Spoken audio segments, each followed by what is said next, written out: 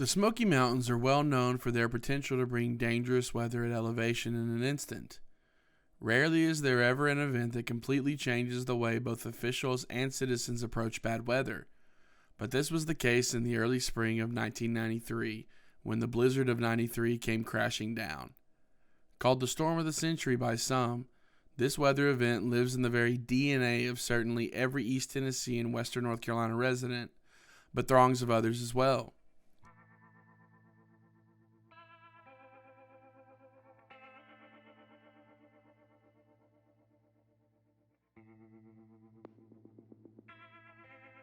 The blizzard of 93 caught many people in the middle of a desperate fight for their lives, including the 80 students and staff adventuring the park in the national park from a Michigan school. This is the story of a potential tragedy turning into a story about the resilience of humans. On March 6, 1993, 80 hikers from a Michigan school ventured off into the Smokies for a 10-day adventure. Split into 10 different teams of 8, these combinations of students and staff were out to enjoy what would indeed become a unique experience in the wilderness. From March 7th to March 11th, the region had been experiencing fairly warm temperatures for early March, especially in Gatlinburg, where it hovered around 70 degrees. Even at high elevations, the temperature was very mild. Meteorologists were beginning to become nervous, though, as they continued to watch this warm and calm seasonal trend bathe the mountains. As the models from the National Weather Service in Washington, D.C. came in, the outlook looked potentially dangerous. Arctic air was plunging down in the southern U.S., where it would clash with the humid air over the Gulf of Mexico. This, combined with a drop in the jet stream all the way down to Texas, were all the ingredients needed for an epic storm. By the time the weekend approached on Friday, March 12, 1993, weather models were predicting a devastating storm across the East Coast that would bring with it tornadoes, gale-force winds, and feet of snow to the Smoky Mountains. The storm rolled in quickly, and temperatures at low elevations plummeted from 70 degrees to a chilling 26 degrees in just 24 hours.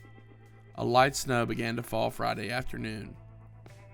At this time, the groups of Michigan students were only a few days from the end of their trip.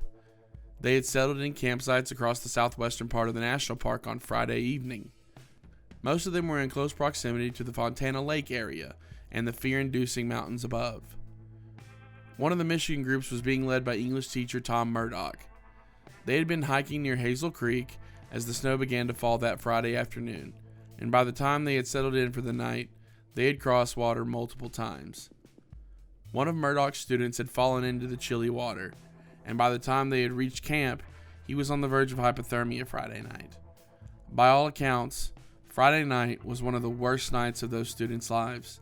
They huddled under their tarps as they did not bring tents with them. Murdoch's team was brilliant, though, as they set up camp to the best of their ability. They put up a large tarp to cover all 8 of them, lined their packs up as a protective wall, and made sure everyone had exactly what they needed.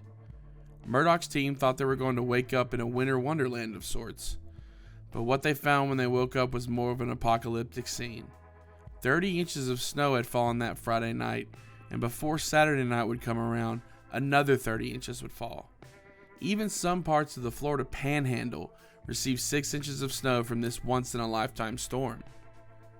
As the Michigan students were rising to meet whatever challenge they would find on Saturday morning, so were dozens of other hikers across the Smokies. They all woke up to piles of snow. This meant that most of them would have to stay exactly where they were because trekking through 5 feet of snow was simply impossible. By the time the Saturday sun had risen, a small staff of officials had begun assessing conditions around the park. They started cutting down trees where they could, they blocked off roads that were impassable, and they started listening in for emergency calls. At one point, crews had tried to clear the road to Gatlinburg, but the sheer amount of snow and ice made that task impossible, so they had to give up. The first emergency call from the park came from a group of hikers who were stranded on Meigs Mountain. A search and rescue was quickly planned, but after interviewing the hikers' families, they learned that they had indeed prepared for this weather, so officials called off the search. Frank Norton and Kristen Smith were camped next to each other with their Michigan student groups near Forney Creek. Both groups had a difficult night. Multiple tents collapsed, along with multiple feet of snow falling, forced the two leaders to make a decision. Do they stay where they are and outlast the storm, or do they try to hike out to safety? These types of decisions are vital to surviving in the wilderness. The leaders' main concerns were what would happen if they hiked out and didn't make it to their destination. Then, they would have lost not only time, but valuable energy as well. Additionally, if a search party were to come looking for them, and they weren't where their itinerary said they were, then it could be an even longer time before they find them. Despite there being advantages to staying put, the leaders decided to try to pack up and head out to safety. According to officials, this can be a good idea if it improves group morale enough for hikers to actively fight for their lives. So Norton's team met up with Smith's team and they headed out to find the road to nowhere, the infamous tunnel that was never completed in the park. They knew that if the road was passable, it would take them to safety in Bryson City. As they approached the tunnel, the sun had just fallen below the horizon. While these two Michigan groups hiked for the road to nowhere, two other teams, led by Peter Ferrowen and Nicole Shack, were making moves of their own. The previous night, Team Ferrowen had a sick student, so he led his team from Campsite 50 on Chastain Creek Trail to Smokemont Campground, which would not only become a safe haven for them, but a base of operations for all the Michigan groups stranded in the park. Nicole Shack's team had a problem, though. They were stuck at Campsite 61 on the Nolan Creek Trail, and they had no clue where their leader was. For unknown reasons, Shack had hiked ahead of her group with her student leader. She told the rest of the group to head for Campsite 54. Unfortunately, the students got lost and ended up near Klingman's Dome Road. When they noticed their mistake, they began backtracking and went to the only place they were familiar with, Campsite 61, where they had slept the night before. Shack was at Campsite 54 when the storm hit, which was the place where she wanted to meet with the rest of the group. Saturday, once they realized the danger everyone was in, Shack hiked out towards Deep Creek Campground to get help. With one of the 10 Michigan groups safe, and a few others making what would turn out to be the right decisions, we go back to Murdoch's group, who woke up to waist-deep snow Saturday morning. Murdoch immediately knew that morning that no one was coming to rescue them. They hiked a short bit northeast of Hazel Creek just so they could find a clearing in the hopes that a helicopter would spot them at some point. When they reached Hazel Creek, they needed an inventive way to cross it, so Murdoch had the group pull trash bags up over their shoes and hold them while traversing the creek. This was a horrible idea. Water flooded the bags as it was thigh deep in places, so Murdoch told everyone not already in the water to stop. That's when he took off his own soaked boots and began carrying students across the creek with only wool socks on his feet. The group settled in the clearing after successfully making it across the creek. They built pack walls to stop wind, snow chairs for seating, and even set up a way to dry and warm their accessories. When Saturday night rolled around, officials in the park were desperate to find a way to get communication online, as power had been wiped out and would be wiped out for a week in some places. Shortly after the power outage, the phone lines went out, and everyone was thrust centuries backwards. The snow would stop falling into Saturday night, but the temperature would continue to rapidly fall. To give a short example of the scale of this storm, it produced 100-foot waves in the North Atlantic, along with hurricane-force winds. Sunday morning approached slowly, and the lives of everyone hiking in the Smokies were hanging in the balance.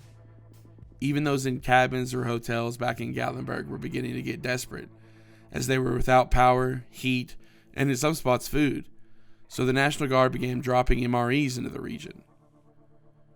The sunrise Sunday morning meant officials were bringing in the big guns, so to speak. 12 Blackhawks, 2 Hueys, 4 tracked vehicles, and 3 planes descended on the park in hopes of beginning rescue efforts across the mountains. This was the beginning of what would become a 6-day search and rescue operation. In addition to the 80 Michigan hikers stranded and fragmented in the park, 30 middle schoolers were at Tremont. Campers were trapped at campsites, hikers lost along the trails, and others lost with no clue where they actually were. The only communication any of those stranded had with the officials who were starting searches were battery-operated handheld radios, so those in need listened. Some heard their names called to indicate they were searching for them, and others never heard their name. What a frightening situation that must have been, hanging on every word coming from a radio. Leader Norton's groups of Michigan students, the ones headed to Bryson City by way of the Road to Nowhere tunnel, found themselves climbing over and under downed trees on their way out of the park. At one point, Norton told them to think like a caterpillar, as they formed a tight line in the snow, one behind the other. The one in the front would break snow for 25 paces, then go to the back of the line for the next person to be the snowbreaker and define the trail. Everyone participated in this ingenious plan to keep everyone active and to save energy.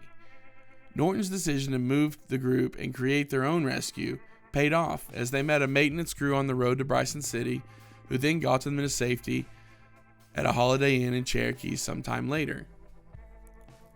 Kara Martin's group of 7 students rescued themselves by hiking 3 miles from Campsite 17 to the Abrams Creek Ranger Station. By the time the early evening was upon the park that Sunday, 3 Blackhawks showed up at the Sugarland station. These helicopters began the air search for anyone they could spot along some of the main trails of the park. Sunday night came and went, and by Monday morning, Mount LeConte reached a low of negative 10 degrees Fahrenheit, which was a record for the month of March. Even as the sun rose on the mountains on Monday morning, temperatures remained chilling. Gatlinburg hovered around 0 degrees, and the surrounding mountains plummeted as elevation increased from there. Despite the majority of hikers in the park still being stranded, the Park Service actually had a good idea of everyone's whereabouts. This is because the rangers are dedicated to enforcing the park's backcountry registration system, which makes campers list potential campsites and a basic itinerary for their trip. This registration list would become invaluable as rescue missions began. Before noon on Monday, Blackhawks had successfully rescued dozens of hikers already. As the national media got wind of the situation in the park, political pressure from the Michigan students' congressman put rangers in a difficult situation. They were already prioritizing rescue missions based on the experience certain hikers had in the park. Those who rangers deemed too experienced to handle this weather were to be rescued first. As Blackhawks continued to scan the park for hikers, they noticed Nicole Shack's group of Michigan students near Nolan Creek. Crews were able to get them on board and fly them to McGee-Tyson Airport. At the same time, Shack and her student leader, who had left their group to hike ahead before the storm, arrived safely at a hotel in Cherokee. On Tuesday, March 16th, after 4 days being in the storm of the century, Tom Murdoch's group of Michigan students, who were in the midst of breaking a trail along the Appalachian Trail, were spotted by a helicopter. Shortly after, they were rescued via Blackhawk using a jungle penetrator, which was a technology created for the Vietnam War to make boarding helicopters more efficient in the midst of a jungle. Rangers then were able to use Murdoch's knowledge of the location of other Michigan student groups, so they set out and successfully rescued those whose location was known to Murdoch. By 5 p.m. on Tuesday, all the Michigan student hikers had been rescued and were deemed safe, which was not only a relief to park officials, but to the national media as well. However, there were about a dozen hikers still left in the backcountry of the park. Wednesday, March 17th, even though temperatures were warming and melting snow, a thick fog and rain made it impossible to carry out any more rescue operations, so those still left in the park would have to wait at least another day. Thursday, March 18th, would become the final day of major rescue operations as all hikers were successfully evacuated. There were even a couple of hikers who tried to refuse rescue as they wanted to carry on with their adventure, but park officials were not going to let that happen. As the storm of the century moved on for good, everyone involved in the rescue operations could finally take a deep breath, and those who were stranded could finally let their families know they were safe. Park officials, along with the National Guard and other officials, were able to rescue 135 people from the park's backcountry. 24 hikers self-rescued themselves, which totaled 159 people who were able to get out of the storm with their lives. It was a pretty spectacular effort by both officials and hikers themselves, as conditions were ripe for tragedy. Unfortunately, the fallout from the storm of the century was severe for many people, as over 300 people lost their lives. But by pure determination and a little bit of luck, none of those deaths occurred in the national park.